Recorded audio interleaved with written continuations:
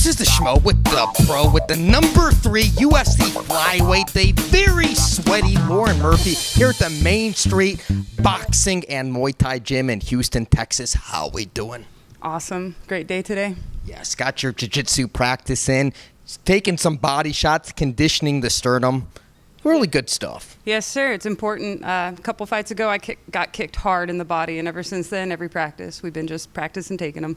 And you're preparing for Joanne Calderwood at UFC 263 over there in Glendale, Arizona. Camp started for you. A long time ago, really. I'm always kind of in camp, but as soon as we found out who the opponent was, then we started preparing specifically for her. But this has been an awesome camp, and every fight that I've had has been better than the last ever since I moved out here. So my last 4 fights, each one has been better than the last, and this one's not going to be different. Are the expectations after getting your hand raised that you get the title shot next?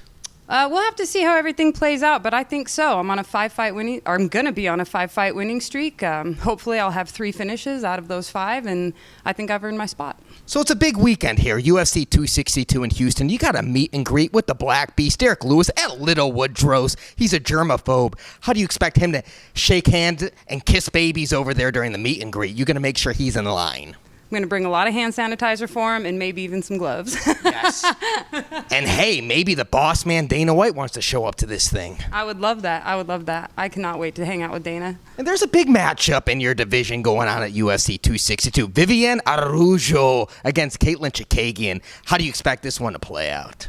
We'll see. Either Viviane's going to hit her hard and possibly get a finish. That would be pretty cool, but I'm expecting Katlyn to do what Katlyn does and keep her distance, use her length, jab, long kicks, and then use a lot of footwork to dance around the cage. I'm sure Viviane's prepared for it, and I'm excited to see how Viviane deals with Katlyn's style, because Katlyn does have a tough style to deal with.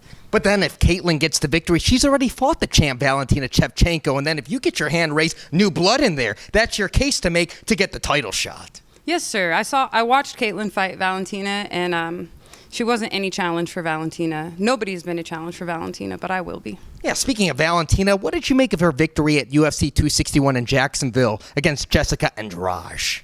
She shut down Andrade's game really well. I think that Valentina's getting better every fight as well. It's pretty cool to see a champion that keeps on improving. I honestly think that Valentina's a great champion, but I've earned my spot across from her, and I can't wait to test myself against her. And just like every fight that I've had, my performance against her is going to be the best one I've ever had. Yeah, but talk to me for a second. What's the secret sauce into beating Valentina Shevchenko? Do you see the holes in her game?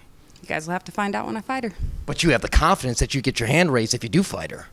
Yes, of course. I'm expecting to get my hand raised this next fight, and the fight after that, and the fight after that. Absolutely. Let's bring in your husband, Joe Murphy, no relation to the Edmonton Oilers Stanley Cup champion. Right there, he's the BJJ instructor. He's also the instructor for the best blue belt in the state of Texas, the Black Beast, Derrick Lewis. Joe, how you doing? I'm doing fantastic. Awesome to be hanging out with you guys today. Thanks for having me. Of course. Come in there a little bit closer here. Now talk to me for a second. We just finished up the training session with Lauren Murphy. How has her BJJ evolved over the past, let's say, year and a half? Man, it's one of the best kept secrets in Lauren's game. She's an awesome grappler. You know, we haven't got to see too much of it inside the cage, but she got her first submission victory in her last performance. So we're always improving her grappling, and I think you guys should be looking out for it for sure. Of course, the Schmo thinks you're a little underrated. How the hell did the Black Beast survive the choke from Alexei Oleinik over there? He didn't tap. He kept it up, and then he got the victory.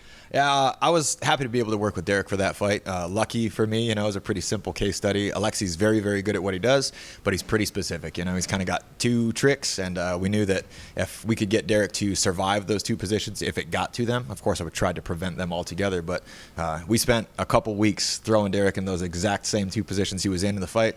Derrick had no trouble escaping, and then we all saw what happened when Derrick decided to put his hands on him. So.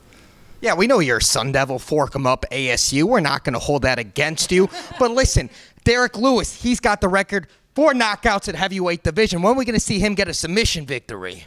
I wouldn't hold your breath, The Black Beast does what the Black Beast does, man. He gets in there to swing and bang every single fight. He likes putting on exciting fights. He's going to knock out anybody who stands across from him in the cage, including Francis. Yes. But now listen, if Lauren gets the victory at UFC 263, do we got a post-fight speech lined up for her? Is she going to be ready to call for the championship belt? You didn't convince the Schmo right off the bat in this interview that it's yours for the taking. I have to win the fight first, Schmo.